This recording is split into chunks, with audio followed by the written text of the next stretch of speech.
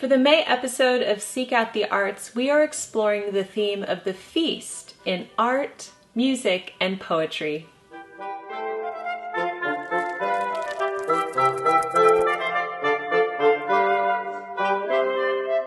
Hello everyone, Jennifer L. Scott here, and welcome back to the Daily Connoisseur. In Seek Out the Arts, I like to do a deep dive into arts and culture, something easy for everyone to watch so we can feel like we are exploring that aspect of life, which is so enriching, and I hope that you love and enjoy this series.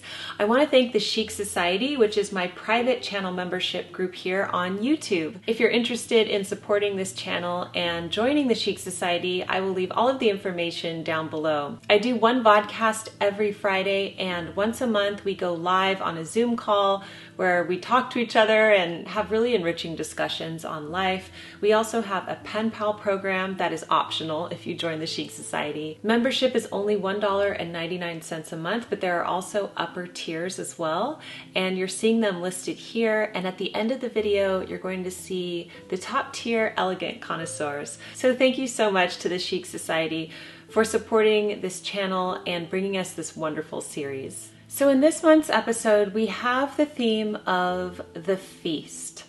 And we're going to explore this piece that I had never seen before until recently. It's called Family Feast by Niko Pirosmani. Niko Pirosmani is a Georgian artist. He was born in May 5th, 1862, and he died April 1918. And he rose to prominence after his death. And so this painting is called Family Feast.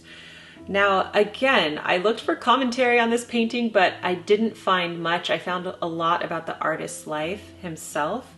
So I'm going to tell you a little bit about that as we look at this, which will explain a few things. So this is Family Feast by Niko Pirosmani, and according to WikiArt, Pirosmani did not have much of a family life because at the age of 6, his older brother died, and then both of his parents died 2 years later. His other sisters, he had 2 of them, they went to live with relatives, and Pirosmani was taken in by his father's employer and his wife. They already had 6 children, so Niko lived with the family for 15 years, but he really lived kind of like a servant for them. He was taking care of the younger children, and he wasn't given that much parental guidance. Pirosmani's work has been categorized as the naive art genre. Naive art is characterized by childlike simplicity of execution and vision. So there was a childlike quality to his work. Scholars like to think that this is maybe due to his lack of family guidance growing up rather than not having formal educational training in painting. So when I was looking at his paintings, he did a lot of paintings around food and feasts. And this is really ironic because when I was studying his life, I find out that he died of malnutrition and liver disease at the age of 55. So we're looking at this painting, The Feast, and he explores the theme of the feast in a lot of his paintings, yet he himself was malnourished. And I think a lot of artists explore what they themselves are seeking, and I think that is definitely the case here. So let's have a look here at Family Feast a bit closer up. I don't know who the people are, if these are people that he actually knew. I'm assuming that they would be. We see a family sitting down to dinner. Things look pretty formal. There's a few glasses of wine or champagne at the table. Looks like there's a loaf of bread. That's either a chicken or a goose. It looks like there could be lamb chops, and it looks like a fine feast. There's not too much food, like it doesn't look like Thanksgiving, but it looks like there's a high quality selection of foods. The 2 elder ladies are dressed quite modestly and formally with the white collars all the way up their neck and then their dark garb. The young lady there has a more playful attire with the little ruffle across her shoulders, and then she has that hat on. At first glance, it's not quite apparent, but they are outside. There's trees behind them, and I didn't notice that when I first saw this painting. I don't know why, because the trees are very apparent parent, but they are dining al fresco, but only one of them has a hat, so the other women just have their hair up in a bun. We have a gentleman sitting down there, and he looks quite happy and jovial, ready to dig into the feast. And then we have another gentleman. He is raising his wine glass or champagne flute, and he looks like he's about to give a toast. It looks to me like they are about to be interrupted because the servant is bringing in some more food, and I can't tell what that is, but it looks like something good, some delicacy. And there's also a little boy down at the bottom, and he's looking up at the man about to give a toast, and there is another hat that is on the floor. So this is kind of a mysterious scene. What are these people doing outside? What are they celebrating? Is this a wedding? Like, are the two people in the center getting married? Is that why he's giving a toast? What's up with the hat on the floor? I'm not entirely sure because I looked up the commentary and I couldn't find any. But what I do get from this is that this is a both solemn and joyous moment and occasion. And it does say family feast. It doesn't say wedding feast. So maybe they're getting together for some kind of celebration, or maybe they get together once a week to have this. I'm not sure if the little boy represents Niko himself. He's not even necessarily participating in the feast. It doesn't appear that he has a seat. The one seat that I see there seems to belong to the man giving a toast. So this is complete conjecture, but he could be looking up at this table like he wants to join in, but he's not invited. You know, sometimes there's a children's table and the children's table is off to the side. Or maybe this represents his need for nourishment in his own life, since he did end up passing from malnutrition. I'm not sure of these things. The looks on these people's faces are very concentrated. It's like they are ready to have the feast, but they're also listening quite intently to what's about to be said in the toast. This seems to be a nice, gathering. I would like to be at this table. I would like to be at this feast, speaking to this family and getting to know them. I get the impression that it is autumn. And this doesn't feel like a summertime painting because they're all heavily clothed, and then the leaves on the trees in the background they're turning brown. So it looks like they're having this feast outside in the autumn months. Pirosmani's work was beginning to become recognized in Georgia and Russia, but he was not financially well off. His art was described as dynamic, organic, primal, and truly original.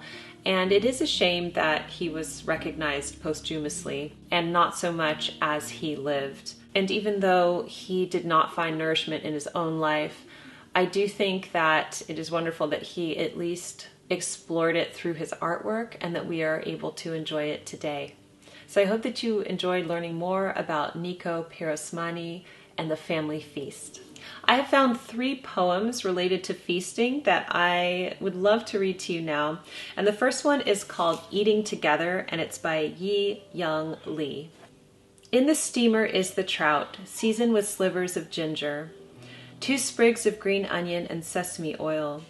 We shall eat it with rice for lunch. Brothers, sister, my mother, who will taste the sweetest meat of the head, holding it between her fingers deftly, the way my father did weeks ago. Then he lay down to sleep like a snow-covered road, winding through pines older than him, without any travelers, and lonely for no one. So Lee's poem explores the idea of the feast and how we can remember our loved ones through the process of feasting. And that poem really touched me. I have 2 poems now from D.H. Lawrence, who wrote Lady Chatterley's Lover, and he wrote about food a lot too. He had some poetry about it. This first poem is called Mystic. They call all experience of the senses mystic when the experience is considered. So an apple becomes mystic when I taste in it the summer and the snows, the wild welter of earth and the insistence of the sun. All of which things I can surely taste in a good apple, though some apples taste preponderantly of water, wet and sour, and some of too much sun, brackish sweet, like lagoon water that has been too much sunned. If I say I taste these things in an apple, I am called mystic, which means a liar. The only way to eat an apple is to hog it down like a pig and taste nothing. That is real. But if I eat an apple, I like to eat it with all my senses awake. Hogging it down, I call the feeding of the corpses.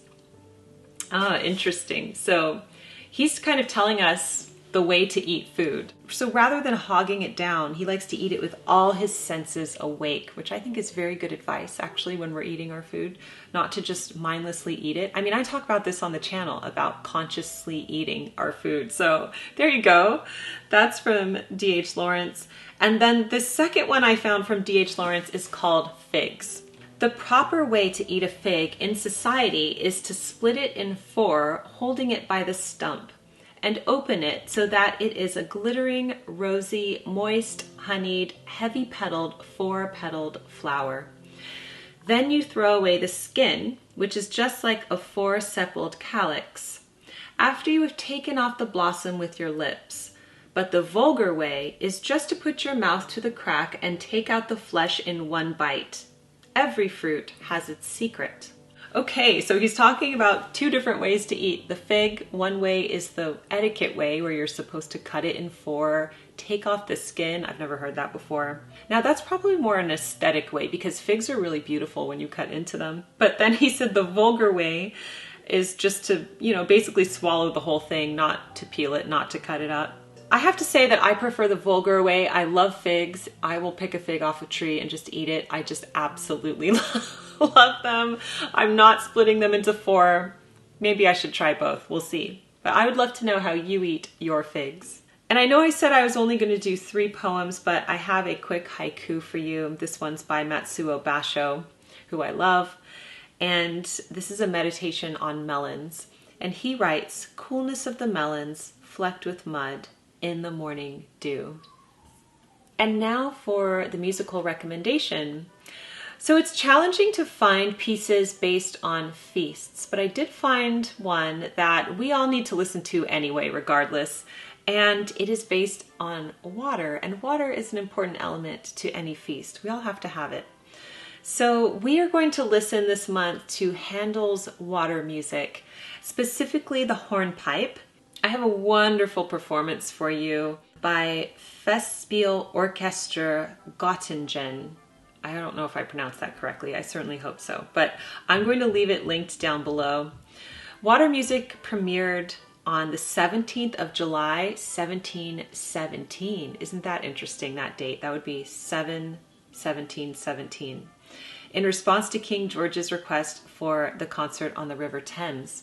So this is by Handel, and you will instantly recognize it as soon as you play it. And it's an important piece to know so that when you hear it out in public, you think, Handel's water music. And I hope that you enjoy the performance. I hope that you enjoyed this feast theme episode of Seek Out the Arts. And now I'm going to share the Elegant Connoisseurs with you. The 90-Day Memoir book, available now from Alan Watt and the LA Writers Lab. Beverly Alexander Martin, author of Destiny Deems.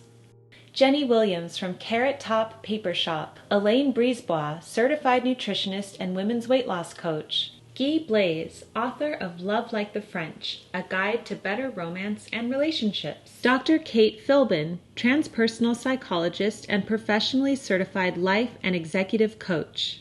Carrie Van Hooser, author of 'Tis the Season for Poetry. Macondo Forever, woven placemats. Teresa Maples from Self-Care Routine Cards.